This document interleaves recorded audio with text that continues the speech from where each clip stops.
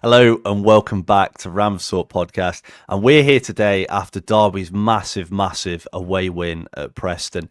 1-0, some would call it a smash and grab, but I don't think it was quite that. I think I'd go as far as to say we were actually the better team. And how often do we say that? Not very often at all. So joining me today to go through a really exciting game at Deepdale is firstly Adam Titley. How you doing, Adam? Yeah, good. Always better after a win, I think. Like you said, a game that we probably deserve to win and with a better team. And like you said, how many times have we said that this season? So, yeah, really good after that. Great stuff. We've also got the person who's usually so busy on a Sunday night. The only person I've ever met who's busy on a Sunday night. But she's here today. It's Amelia Warren. How you doing, Amelia? Yeah, I'm not bad, mate. How are you? Yeah, I'm good, thank you. I'm very good.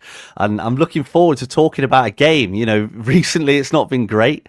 We've not had many games where I've been thinking, can't wait till Sunday night to talk about this. But yeah, it was a really exciting game. And I think the celebrations for the goal, which of course we'll get to, really showed how good it was. So just want to kick us off, Adam. We're going to talk about the start, and it was a bit of a weird start for Derby. We obviously all saw the team as we were making our way to the ground, and we saw, well, it's got to be some sort of back four, right? It looked like it was going to be Sondra Langus at right back, Danny Bart at centre back with Matt Clark, with Callum at left back. It looked like a midfield three, which I'm sure we were all very excited about because it's been way too long since we've had one of those. And obviously, Danny Bart drops out. I think he gets a dead leg in the warm-up, which, you know, is, if you get injured in the warm-up, usually it's a contract termination level thing.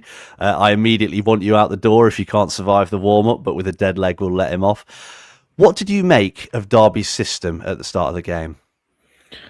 I think we pretty much matched Preston. I think we moved the ball quite well at the start. Like you said, that midfield three, I think we've been wanting to see that for a little while now, especially with David Ozo coming back from injury and being fit and available to play. I think the back four was interesting before the game. I was a little bit surprised to see Danny Bart in the starting 11, I'll be completely honest, because I think in the cup games he's performed well, and when there's been players out injured, I think back to Birmingham away, I think I was quite impressed with him there when he came in after the sending off. But I was a little bit surprised to see him start. Obviously, it came out that Sanderson had, what was it, shin splints, I think, and that's why it wasn't available for selection. But I think it sort of played in our favour that Joe Ward came in at right back. I know obviously defensively he has his limitations, but attacking wise, it probably played into his game yesterday a little bit more. We had numerous corners in that first half, albeit none of them really troubled Preston. I'll be quite honest. I don't think we created anything majorly clear cut in that first half. I think Preston probably had the better of the opportunities, but I think we linked up the play quite well. I think it was some of the best passing that we've seen this season from us, even considering who's on that such a terrible pitch, probably the worst in the division, I'll be quite honest. So we did quite well to put 2 or 3 passes together at times, but it was nice to see that we were creating chances, albeit we didn't have that final ball in us. I think that back four and that midfield three really helped the front line to have a little bit more confidence when going forward. You saw Adjumang down the left-hand side a couple of times trying to get balls into the box and things like that. So I think we got it pretty spot on from the start, and it probably played into our favour a little bit that Danny Bart had to drop out and Ward came in at right back. Yeah, it certainly ended up that way. And Amelia, you know, when Eustace came in, we had that first game against QPR where we got smacked 4-0 away from home, and he tried to change us from a back five team to a back four team. And I think he quickly realised probably not the way. And then we started the season, we tried to play the back four again, and it just didn't work again, and he couldn't get it firing.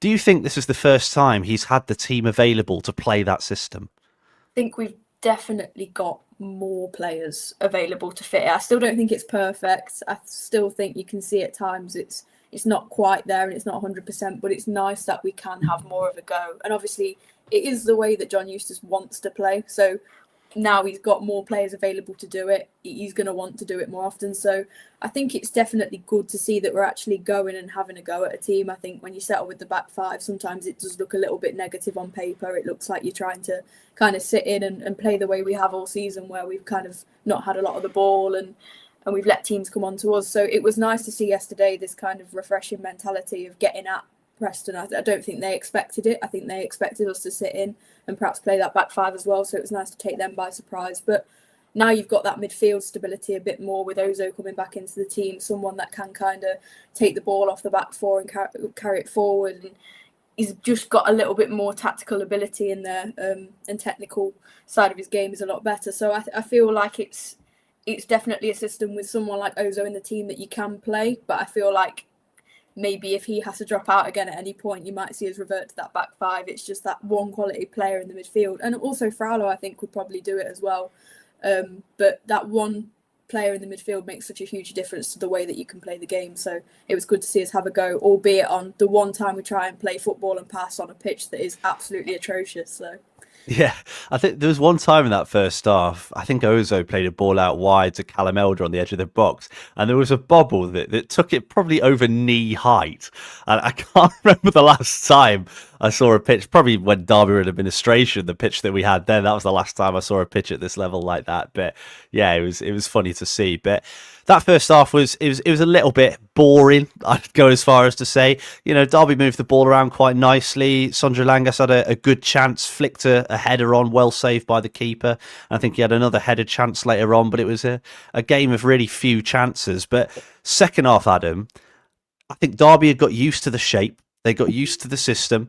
I thought Lewis Travis had really started sweeping up and controlling that midfield area. He looked like a proper, holding midfield destroyer at that point. And Ozo and Clark were starting to run in behind and stretch the pitch and make those late runs. And Derby grew into the game, didn't they? I mean, how good did we look coming out in that second half? Yeah, we just, like you used to said in the post-match interview, we took the game to Preston. I think the game was there for the taking from either team. I think Preston came out a lot quicker as well. The midfield from both teams seemed sort of separate and sort of split between defence and attack, and there wasn't really that middle ground in the middle of the pitch. I think both teams came out in intensity, and that one goal would probably settle that game, as it had been quite an even affair in the first half. But it was, I think, so refreshing to see us come out and attack Preston, because I think, like Amelia said earlier, in games we've sat back a little bit, not had that much share of the ball and had few chances in the game. Yes, we've been clinical when we've had Adjumang and Morris, but it's a lot more entertaining, isn't it, when we take the game to the opposition? I think there's been that massive talk about the atmospheres, and the atmosphere lifted when we took the game to Preston. There was that momentum building, and you felt like we were in the ascendancy, and it all just spurs the team on when it's going like that. And I think we had a couple of chances, like you said. Adjumang was probably the miss of the season, but probably try and blame it on the pitch there a little bit. I'd like to say I'd score that, but I'd put it even higher out the stand. I think I would have put it if that was me. But Brewster had that one-on-one, which, good save from the keeper, but can't really give an excuse to an attacking player not to put it past the keeper on that one. But Adjumang made up for it, and it felt like we were creating chances. It was nice to see us have 2 or 3 really good goal-scoring opportunities, rather than maybe a set piece that we win and score and win 1-0. It was nice to see us play a little bit more free-flowing football and take them risks. And you saw Diaz had a much better performance in that second half when we were playing like that, because he's probably the only player in that team who's got the confidence to shoot from outside the box. You know how few we score from there, and it was nice to see him attempt those, and they actually really did trouble Preston, made a fantastic save to stop one of them going in before that. So it was just nice to see us play with a little bit more freedom, but once again, it was probably down to the fact that we had quite a strong 11 out there in comparison to maybe recent weeks when we've had square pegs in round holes, so to speak. I mean, you say about long shots, Adam. Rhian Brewster almost put one out the stadium in the first half on the volley, on the turn from about 30 yards, which was quite entertaining to watch. You could see the second it left his boot, he was like, yeah, probably shouldn't have done that. But that second half, like I said, straight out of the blocks, and we had those chances. You've beaten me to it, Adam. Adjumang, yeah, it was a great cutback by Brayton Diaz. I think it's very slightly behind him. I mean, it's an open goal, he should score, but it's very slightly behind him, isn't it? And he just leans back and blazes it over the bar. And the pass by Ozo for Brewster's chance as well is a lovely through ball, and Brewster just can't really get enough on the ball. I think we'll just blame the pitch again. It was the pitcher's fault. It wasn't his fault. And yeah, like you said, we just had chance after chance after chance. Amelia, like Adam mentioned there, we don't see it very often where Derby have a few chances in a row, and we don't really commit players forward usually. But in that sort of 5-10 minutes, I think we had 5-6 players in the box for every attack. Yeah, it was very, very refreshing. I feel like there was maybe this conversation had with the coaching staff where obviously every team does their homework on a team that they're coming up against, and I think everybody at Preston would have expected that we were going to go and try and have 25% possession, maybe 2 shots on target, and maybe try and score off a set piece. And it just did not go that way. And I really do think in the second half particularly, they were quite shell-shocked by the way we got at them. I don't think they could handle it. And I think also from their perspective, probably missed having someone like Harrison Armstrong in the midfield, who has been so good for them and has been that kind of make the difference player in the midfield for them. So I feel like it was good for us to kind of exploit that area where they'd had such a good player in there, someone that was starting week in, week out, and we were like, no, well, we've got David Ozo and he's going to do that job for us. So I think it was really, really refreshing to see so many people linking up with the attack. I think Ben Brereton Diaz has actually had a couple of decent games in a row now where he's starting to look like he's getting a bit of confidence back and contributing to help the team. And I think that system definitely helps him. I think the more we can get on the front foot and the more we can get at a team and get him on the ball more, whether it's in wide areas or centrally where he can take shots, I think he just feels a little bit more comfortable. And I think you can only really see the best out of a player like Brereton Diaz when you're having the ball and when you're trying to keep hold of it.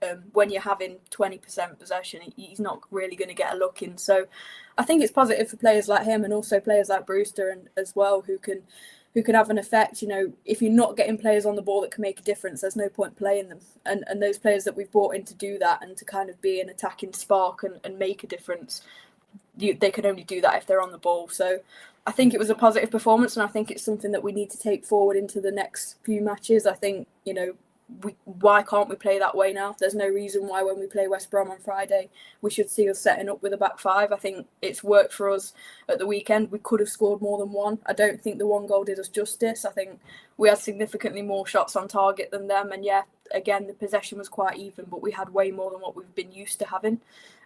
So yeah, I don't see why it can't be something for us to kick on from now and look to do it more often. Yeah, well, I hope you're right. I mean, we've got 2 great opportunities to do it. Charlton away on Tuesday, and then, on Friday at home to West Brom. That's a lot of games in not a lot of days. So I'm expecting a little bit of rotation in the Derby team between that. But again, if we keep playing like that and take the games to the opposition, hopefully we'll kill games before everyone runs out of battery at 60 minutes like we have in the past. But let's talk about the goal. Now, when you talked about, Adam, about we had a couple of chances in a row, this is, the perfect example of that. Brereton Diaz cannons a volley towards the bottom corner. It's a great strike, actually. It's a really good save. Keeper saves it, gets recycled back out to Fraulo. Fraulo has the presence of mind to just hold the ball a second, wait for the defender to get back in position and put it back out wide again.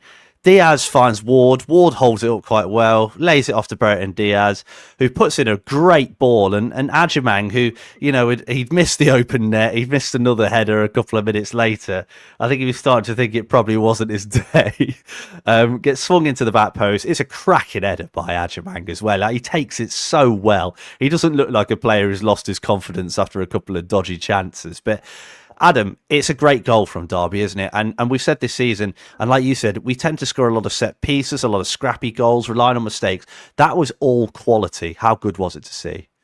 Yeah, it was great. And I think it comes once again for us being in the ascendancy and having the confidence to take risks, to recycle the ball back out wide rather than probably trying to scramble it back into the middle where, I think probably 80% of our goals come from inside the penalty area. We know that, but it was a really nice work move. I think I was right behind Diaz's shot. He was really unlucky not to score that.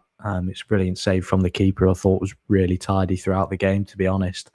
And then Diaz to put that ball back in. It was quality, and that's probably one of the best bits of quality from Diaz that I think we've seen. And it probably comes down to the fact of when you're asking Diaz to run with the ball, to track back, that's not his game, and that's not where we're going to get the quality from him. And like Amelia said, when you're playing with less possession, Diaz just isn't going to get many opportunities to show his quality. But I felt like in that second half, he was able to probably express himself a little bit more when outside the box and out wide. He wasn't having to dribble past 2 players and try and beat his man just to get across into the box. He had that time and space to work a really nice ball into the box. And what a brilliant header from Ajimang. A real striker's finish that, heading it into the ground and then letting it bounce back up into the goal. I think one thing you know from Adjumang is that if he misses a chance or two, his head's not going to drop, which I think is a real benefit to us, especially when we get so few chances in games stereotypically. So I thought he did really well with that finish, and I was a little bit nervous when he missed the one that he played over the bar. That was the golden opportunity of the game, and that was 0-0. It felt like it was heading to a 0-0, but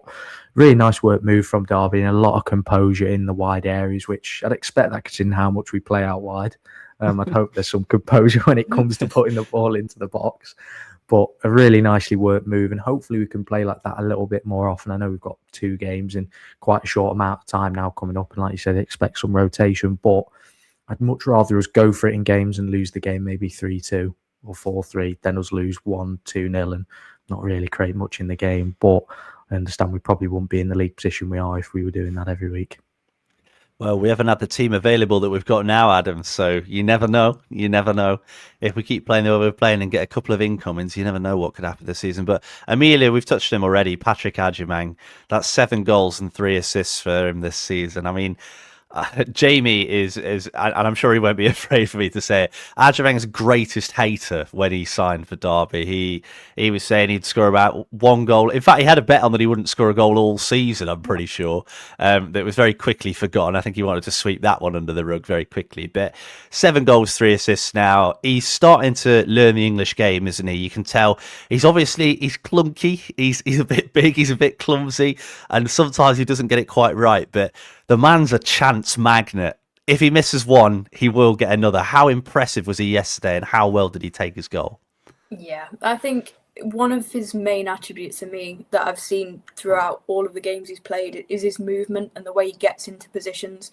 He's always looking for the spaces. I think when we get the ball out wide, he's constantly in the box, but he's not just stood in one place. He'll be looking to go from the back post to the front post. He's making runs. He's being a handful for the defence. And I think if you were a defender coming up against him, you'd absolutely hate him because he doesn't let them rest. There's not 1 minute of rest for any centre-back that is marking him.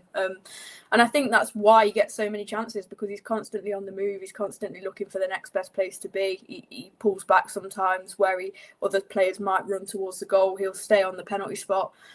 In the air, I think, what an asset to have, because he is big, he's tall, and he's strong, and he can bully people in the air.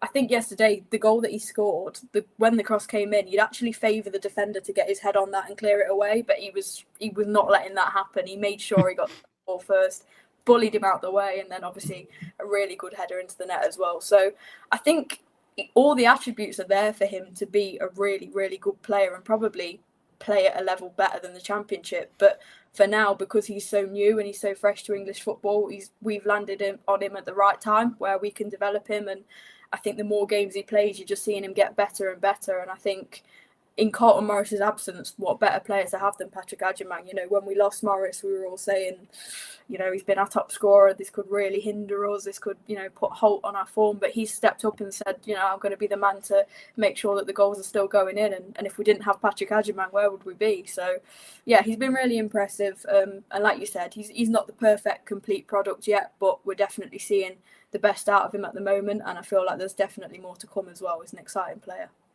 Yeah, definitely. And he played that central role yesterday, but the chances that he got were when he ghosted in from that back post. I think coming in from that left-hand side is definitely his strongest attribute, isn't it? And you can tell he's clearly worked on it. He's clearly worked hard on his movement. He's clearly watched what defenders do and how he gets chances. If you think about a lot of his goals this season, they've all come from the same way. He's running from the left. He's out-muscled the usually 5'7" fullback and got his head or his body or his boot on the ball and scored the goal. So, yeah, and there's a comment from the Derby Rams saying how the Preston fans are saying how good he was.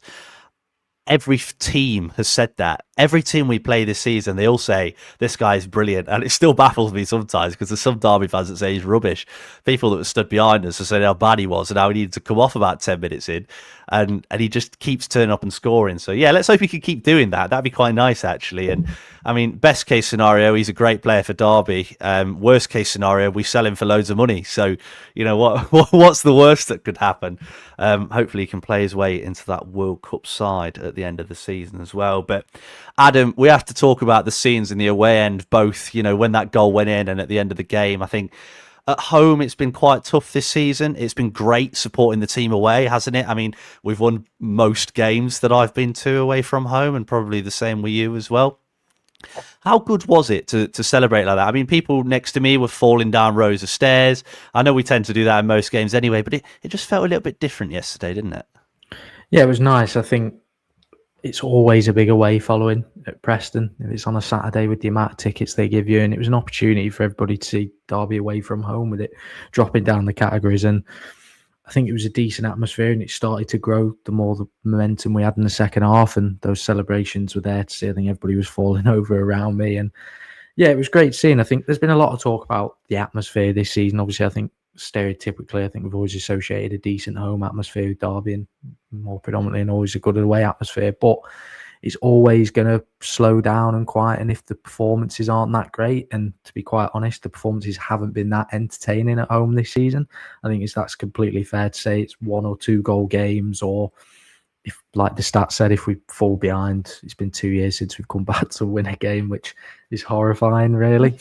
Doesn't fill me with confidence. But I think them scenes in the away end showed that when we have the momentum and the football is entertaining, it can be a really decent atmosphere and a real positive and something that can spur the players on as well. So I just hope that we see more of that at home as well, because I think we do really need to correct that home form in the fact of, I think there's always that worry that if we go a goal behind, then that's it really for Derby coming back to get 3 points. And I think we need to get over that mentality somehow. The only way to break it is to come from behind and win a game, and I'm sure we're going to do that at some point this season. I hope, really hope so. We're going to do that at some point this season. But yeah, it was brilliant, and we know how good the fans can be and the atmosphere can be. Like always, the football feeds the atmosphere and vice versa. So I just hope that we can play with that intensity again this season a little bit more consistently in the second half.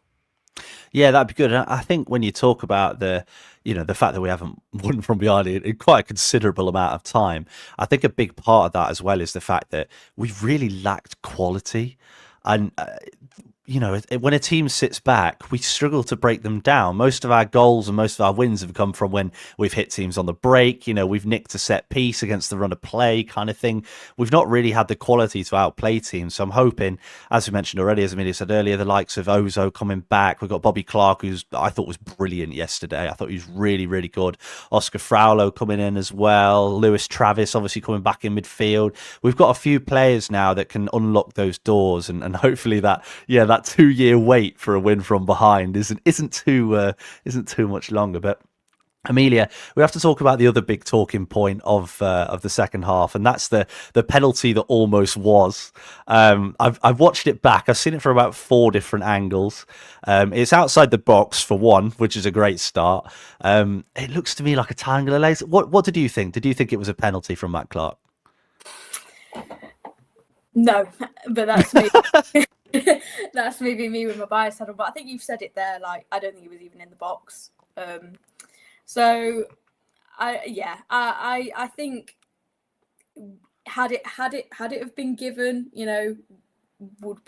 would you have been kind of like, oh well, one of them situations where in the Premier League they've got VAR, they can look at these things and it gets so heavily criticised and people say you don't want it anywhere near the Championship, but then would it be a decision where you'd go, oh, I wish we had VAR to look at that? So I think it's one of them. It's difficult, but I agree with you. I don't think it even looked like it was in the box to start with, so you can't give things like that. No, you can't. Although with the ref and the way he was yesterday, I wouldn't have been surprised. And the thing was, he wasn't even just bad like towards Derby. He was just bad in general. I think there were some calls that went both ways that made no sense at all. When both sets of supporters are chanting about how poor you are as a referee, that's probably not a good sign. I don't think. But Amelia, staying with Matt Clark, him and Sondra Langus, I think it might be for the first time. I could be wrong, but they partnered each other at the centre of defence in a back 4. If they have done it before, they've certainly not done it very often. How did you make to them as a team, as a duo? Impressive, to be honest. I think in the back 4 setup, I think it's hard when you've got Joe Ward and Callum Elder, who I would say are not really defensive fullbacks. They like to get up and attack more, so they're kind of relying on the centre-back pairing to do the defensive work and make sure that they stay solid, because if they want to work high up the pitch and join in with the attacks and not really play as wing-backs but full-backs, they're kind of leaving them exposed a little bit. So I feel like with two fullbacks either side of them who weren't really supporting the defensive work too much, I think they did their jobs, but I don't think, they were the most solid players on the pitch. I think they did an incredibly good job, and I think they've got a lot of attacking threat, Preston. So to be able to keep them out, it said a lot. I don't think they'd lost a game at home since November. And that says a lot about the type of players they've had in their team. Alfie Devine's a threat. He can score from anywhere on the pitch.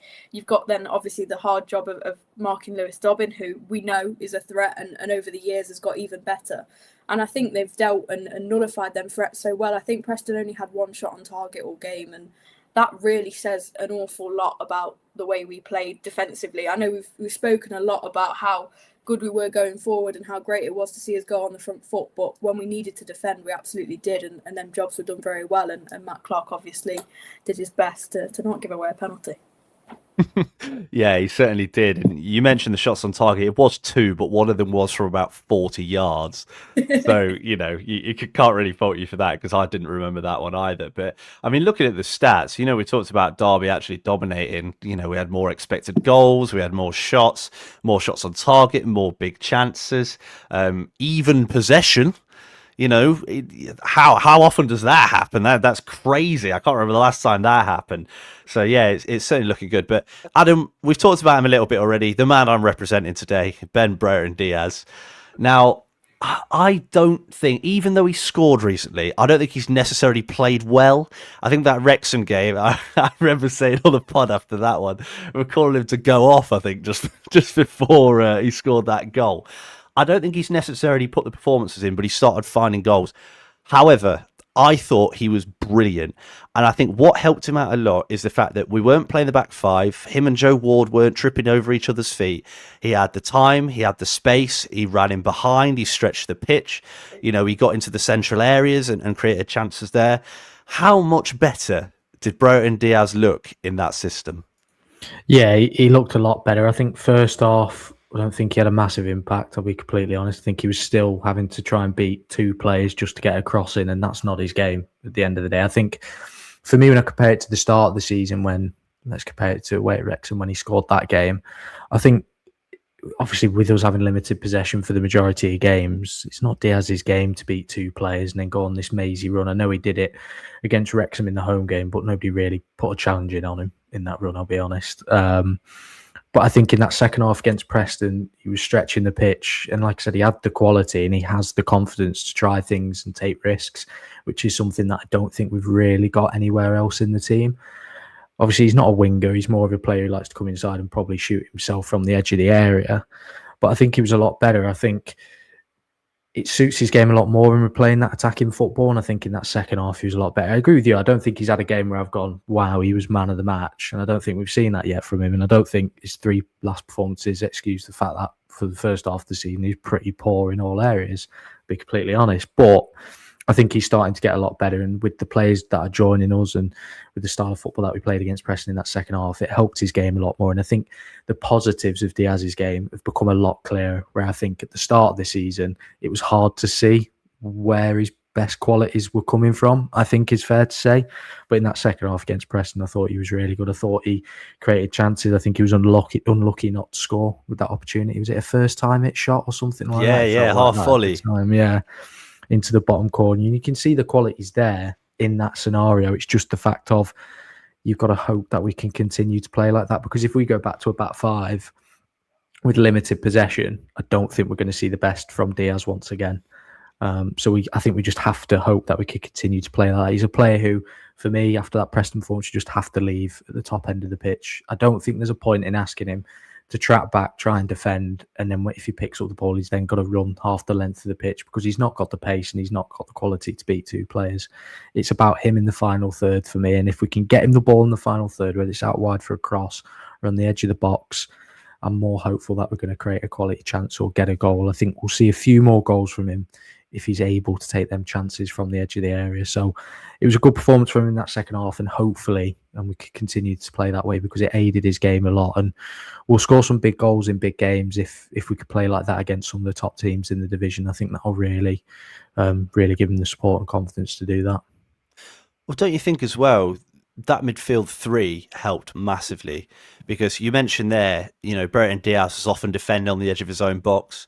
He's not a man who wants to defend on the edge of his own box. I think his body language made that quite clear at times. But Travis, Ozo, every time they were tracking back, they were playing that holding midfield role, and they were disciplined, and they got out and they helped protect the likes of Ward and the likes of Elder.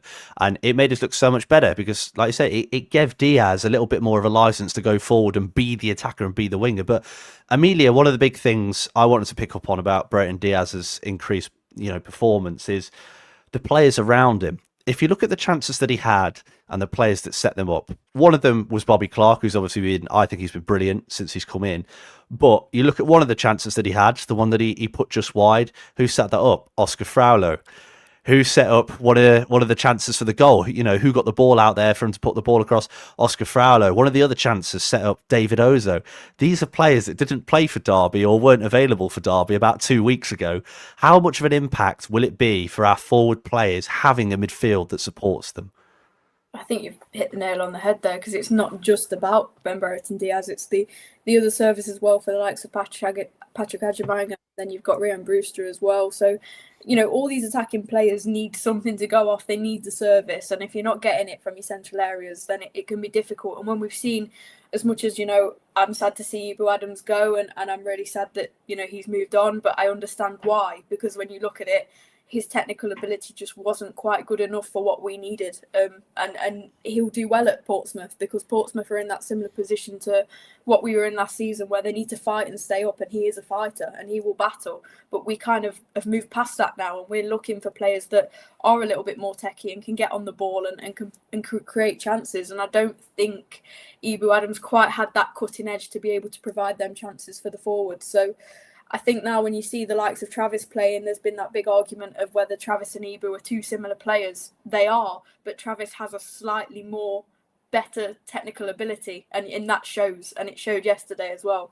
So I think, the likes of Fraulo played excellently for 45 minutes against Leeds. I didn't know what to expect. I don't think any of us did, but he was brilliant then, and when he came on yesterday, he was brilliant again. So I don't know why, really, there is not a headache there to say that Fraulo might be slotting into that midfield somewhere. And it's good to have these headaches, because for so long we were resigned to having to play Ibu and Bobby Clark because we didn't have any other options and everyone else was out. And now suddenly we've got David Ozo, we've got Oscar Fraulo, all these players that can slot in. And how good does it feel to have some depth, but not just depth, quality players in them areas. So, I think it's important, because it does provide the attackers a little bit less pressure as well to deliver, to have to go and drop deep and maybe try and make something out of nothing, create a chance for themselves. But now they've got other players to be able to do that. It gives them a little bit more freedom as well. So it's good all around. Yeah, I agree. And just to pick up on a point that you made about the technical level between Ibu Adams and Lewis Travis, I think it is that, I agree. But I think there's also the discipline side of it. When we saw Ibu play for Derby, I know there was a part of, and I mean tactical discipline, Adam. I saw that face then. I don't mean, he loves a 2-foot challenge. Yeah, he loves dragging someone down. Don't get me wrong. Sorry, the tactical discipline side of things. Because when you look at Ibu Adams, when he played for Derby, even in League One, he did not play as a holding midfielder. He was always one of the more forward midfielders. At times, he even played attacking midfield. Even last season, he played as a number 10, because he's not fantastic tactically. And that was always one of his big weaknesses, was that you couldn't rely on him to hold a position and hold a shape, because he's so eager to go barreling off and take someone's legs off. He was desperate to do it at all times. And Lewis Travis, I think, yes, he also likes taking people's legs off, but at the same time, he's a little bit more tactically aware. We saw a few times Preston went to hit us on the break, and there was Travis. There was one time, I think he went in, won the ball, and we hit them on the break of the break. And that all came from his, his positioning and awareness and tactical knowledge. So I really like that. And I think Travis yesterday showed what he's about, and hopefully we see a little bit more of that. But Adam, we do need to talk about them, because they have gone. Two of our promotion heroes, the last two player of the seasons for Derby, in Curtis Nelson and Ibu Adams. Nelson wasn't a surprise, was he? I think we all knew that Curtis Nelson's time at Derby was probably numbered. Obviously out injured for a year. We brought in, international players like Sondre Langes, etc., that, are played at a higher level and a lot younger and more resale value. And Nelson obviously want more football for his career. And then Ibu Adams, who I'm surprised he didn't stay as a squad player from a Derby perspective. I'm not surprised he's gone from an Ibu Adams perspective because he needs football. What were your thoughts on those two? I think, like you say, I think Nelson was expected. I think he could still do a job coming off the bench in the Championship as much as Danny Batth can do a job coming off the bench. But as we've seen, Eustace has signed his players and the players that he favours. I think even with Nelson coming back from injury, I don't think Eustace was going to favour him. And Nelson's at a point in his career where he needs as many minutes as he can, as he's in the twilight stage of that. So that wasn't unexpected. I think Ibu Adams, I think we saw it that it was more likely going to happen. As that first half of the season started to go on. I think maybe we should have realised it when he was playing number 10 throughout pre-season and how we all knew that wasn't going to work on the opening day, and it didn't work. And the fact that obviously Lewis Travis has come in and he was the captain at Blackburn under John Eustace. He's come in and it looks like he's going to be one of the first names on the team sheet, as Eustace does favour him. And like you said, Ibu Adams couldn't really hold down that position, I don't think. I think he was playing in it when there was like holes in the depth with players with injuries, and I think it's good that he's gone to another Championship team, as I think he can do a job in the Championship. I think last season he was a solid performer throughout, and I think this season we just don't play to his strengths, which is why he's probably not putting the performances that I think we've wanted to see from him. And I think I agree with everything you say. I think tactically awareness probably doesn't match where we are now, and I think also it's probably technical ability. We've seen that midfield of Ozo, Clark and Travis. We need players who can touch the ball down and move the play further forward, and I don't think that's Ibu Adams' best part of his game. So obviously sad to see him go, as I think he's been such a big character at the club and probably more of that cult hero status for that, what was it, 2.5 year spell, about 2 year spell he's been with us. So I think that's something we'll always fondly look back upon. But I think, yeah, it's just the direction the team's moving in being more technical and being able to bring the ball down. We had, what was it, over most possession yesterday over Preston, and I think with Adams in the side, I think that probably hinders it a little bit, truth be told. So I think, yeah, expected, could see it coming, and yeah, I think he leaves at a good time to go and help Portsmouth try and stay in the division. Yeah, and Amelia, it is sad, obviously, to lose two players that were so instrumental in us getting promoted. But in my eyes, I think Derby have got it bang on with this, which is very rare when it comes to transfers, especially transfers out in recent years, bar Aaron Cashin, because Nelson came in on a free. He did his job. He got us promoted. He helped us in that early run of form in our first season back in the Championship. Ibu Adams obviously joined us on loan. We desperately needed a battler and a bit of fight in midfield because we're a little bit light on that. He did that. He helped keep us up in the Championship as well. And now he's moved on to Portsmouth. I mean, obviously, Adams going to Portsmouth. You've got Nelson dropping down to MK Dons, who I think if their manager had hair and wasn't called Paul, he wouldn't be dropping that far down. But what do you make of Derby's transfer business going out? I think it was the ones that we perhaps expected, and I still think there'll be a couple more to come. I'm looking probably to Caden Jackson. I assume that before the window closes that he will be on his way. I'm sure you're devastated, Jake. But I think it's the players that you would expect, and I think they helped us through a time in our history that we'd like to forget, where we had to spend time in League One, but they dug in and helped us get out of it, and then also helped us to retain our status in the Championship. So you can never ever fault any of that kind of League One team for the job that they did and helping us to get back to where we are. But more importantly, now it frees up wages and it frees up a bit of money for us to go out and get a few more quality players that are going to help us towards the top end of the Championship. And our aims are on the top half. They're not on kind of trying to survive now. They're on pushing up the league and trying to cement ourselves in that top 10, maybe top 6 next season if we're looking to it. So I think, we needed the wages, we needed a little bit extra transfer money, and when you're getting money back for the likes of Ibu Adams, I think we paid a little bit more than what we got back for him, but at the end of the day, I think £500,000 and his wage bill gone is probably more than enough, to be able to let him move on for the best of his career as well. He's going to now go and actually play football, and I think he deserves that. I don't think he deserves to be sat on the bench at Derby and not getting game time. He's a better footballer than that, and he does deserve to be getting regular minutes. So I think it's a move that suits all parties, and I think it's the same for Curtis Nelson. I think yeah, League Two's probably not where you'd expect him to be, but ultimately he had a really bad injury last season and he's only just started to recover from that, and he definitely could play at a high level, but with him in League Two, they're gonna, he's gonna be so solid, and he's gonna also return with goals as well, because we know what his heading ability is like. So if he can get their set pieces right, they'll be well away with him. So yeah, I think it's a great move for everyone involved, for both Ebo Adams and for Curtis Nelson. And now hopefully we make the most of it, and we don't just let these players go with nothing to come out of it. You'd like to see us go and do a bit of business now and bring in maybe another couple of players that can help us and give us a little bit more depth as well. Yeah, it's classic Derby fans as well, because literally like days before, people were like, why isn't Nelson starting? And then like 2 days later, he's in League Two, which is, yeah, obviously that's lower than his level, and he's clearly better than that. But it's always funny when that sort of thing happens, because it always does. The last thing I want to touch on before we look ahead to our 2 games this week, we've got to talk about incomings. We've got roughly 2 weeks of the transfer window left. DCFC Rams Forever said if Jackson and Nyambi go, we'll have 4 more squad spots available. I think we'll have 2 loan spots as well. Owen Beck going back and Dion Sanderson signing on a permanent. Very quickly, Adam, if you're going to pick one position and one position only, I don't want any mixed answers. I want one position. What position would you want Derby to strengthen this January? Left back. Good call. Amelia, you knew I was coming. Do you know what?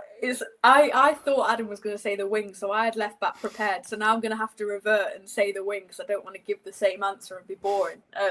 But yeah, I think that left area in general, left back, left wing, that kind of area of the pitch, for sure. Yeah, I'd say left back, for the simple reason that I don't know if Fozzie could do an extended run in the team if Elder got injured. I think he can deputise for a couple of games, but I don't think he could do that much. So yeah, I think, how about a wing back? How about someone that can play both? That'd be my my political answer for that one. But let's look ahead to the fixtures we've got coming up. Like I said, 2 games in not many days. Charlton, I mean, they beat 9-man Sheffield United just at the weekend, and West Brom were in a terrible run of form, which is typical, because it might reverse the curse if they're the bad team and we're the good team. So we'll see how that works. But Adam, let's have some score predictions and goal scorers for both games. What are you thinking?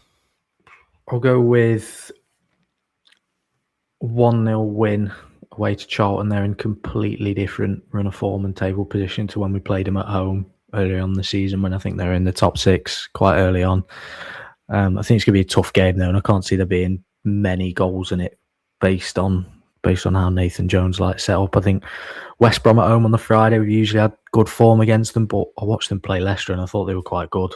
I think they were very unlucky to lose that game, and I don't think their run of form has reflected how they've actually played on the pitch, but they've made that manager change, and I think a purple patch form is probably due from them. So I'm a little bit nervous about that one. I'll go with the 2-2 draw. I think we'll go behind and come back to gain a point, but just not do enough to get all 3. I don't know about you, Amelia. I didn't hear any goal scorers there. Charlton away. Who's going to score in that Matt Clark corner? That's got set piece written all over that game. West Brom at home. Brace from Bobby Clark. Wow, that is a good answer. And if you're in the comments as well, please let us know your thoughts before it comes to me. Amelia, what are you thinking? Score prediction, goal scorers. Yeah, I think I'm toing and froing with Tuesday, because I think it might be a little bit more difficult than perhaps I've expected it to be. I think on paper it looks like a game that we can go and win, and definitely we could, but I'm not sure with how Nathan Jones has set that team up that it's going to be so easy. I think it might be pretty rough to watch, that one. Maybe a 1-1 in that game, and I'd go with something similar, maybe like Langas off a free kick, that trademark header from a Joe Ward cross, and then moving on to the game against West Brom. I feel like it's a guaranteed win because we're their bogey team and we always beat them.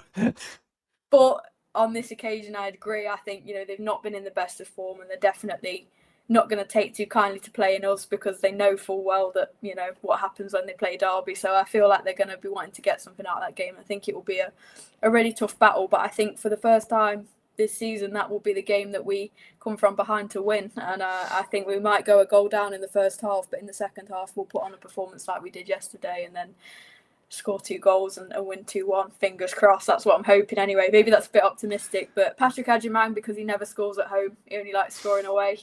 And man on fire, Ben Brereton Diaz to get the winner. Good stuff. Yeah, that'd be nice, wouldn't it? That would be good. I was going to say the same thing, Amelia. So that's frustrating. I was going to say we're going to come from behind, but yeah, I'm thinking similar. I think Charlton is going to be the game where we maybe rotate a little bit. I think away from home, Tuesday night, we've only played a couple of days before. We've got a game a couple of days after. I think we'll mix it up a little bit. And I think that'll be a 0-0. I think that's going to be, and I'm not just saying that because I don't have to give some goal scorers. I'm saying that because, you know, I think it's going to be one of those games where it's going to be nasty. It's going to be horrible. You know, they're hard to play against Charlton, like we said. And Nathan Jones has a way of making his team get results. And yeah, they're missing, you know, some of their more important players. Obviously had a couple come off injured at the weekend as well, which could work in our favour. But I just can't see us having the energy after all the energy we put on Saturday. I think we'll you know, maybe look a little bit jaded on Tuesday, but Friday, I'm in agreement with you, Amelia. I think we're probably going to fall behind early on to West Brom, and I'm just because I don't want to be the same. I'm going to say 3-2 because what a game, what a thriller. I think we're going to go 2-0 down in the first half. Why not? Because that makes it more interesting. And then second half, Bobby Clark will get one. Yeah, Brereton Diaz will get one. It'll come off the back of his head or something and go in from a set piece. And then Oscar Fraulo in the last minute, just like he did against Ajax when he played for Utrecht, will win it in the last seconds of the game. And lash one in from the edge of the box and jump into the crowd and celebrate and forget he's on a yellow and get a second yellow and get sent off, because that seems to be the way he is. He's full blooded. He gets it. He loves it. But yeah, I think Derby are going to come from a goal or 2 down and hopefully go and win, like Amelia said. So looking at the comments, we've got Jim who says going to beat Charlton 2-1, Brereton Diaz and Clark. And then West Brom are going to win 2-1 with Big Pat and Lewis Travis. I like it. And Peter Kay has said he thinks we're going to lose 1-0 at Charlton, and then we'll win 2-1 at home with Diaz. Oh no, we're going to win 1-0 with Clark scoring. I don't know which Clark. I think Matt Clark, and then 2-1 with Diaz and Salveson scoring as well. So it's looking a lot more positive. I think the games are going to start getting less boring, which is good for all of us, because yeah, it was getting a bit long, wasn't it? Turning up and watching us defend the penalty box for 85 minutes and then maybe occasionally go forward at times. But it's looking positive, and I think Eustace is starting to get the players and the team and the system and formation that he wants to play. So as Vic would say, long may it continue. So thank you so much for listening. If you did enjoy, please do leave a like, please do subscribe, please do check us out on Twitter, all that sort of stuff as well. Please give us a rating of 5 stars if you're on Spotify and Apple Pods. It genuinely really helps us out. We've had loads of them throughout the season. We're really grateful for it as well, so thank you so much for that. So that's that. It's another win for Derby. It's another win away. Can we get another one? Can we actually win at home? Now that's the hard bit. That's the really difficult bit. It is goodbye from me. Hopefully, we'll make it 3 wins in a row by this time next Friday. Well, yeah. So it's goodbye from me. Ben Brereton Diaz is going to fire us into the top 10. It's goodbye from me. Top 10 isn't enough. Top 6 is what we want. If Preston are there, we can surely be there too. Thank you very much for listening. We will see you very soon. Goodbye.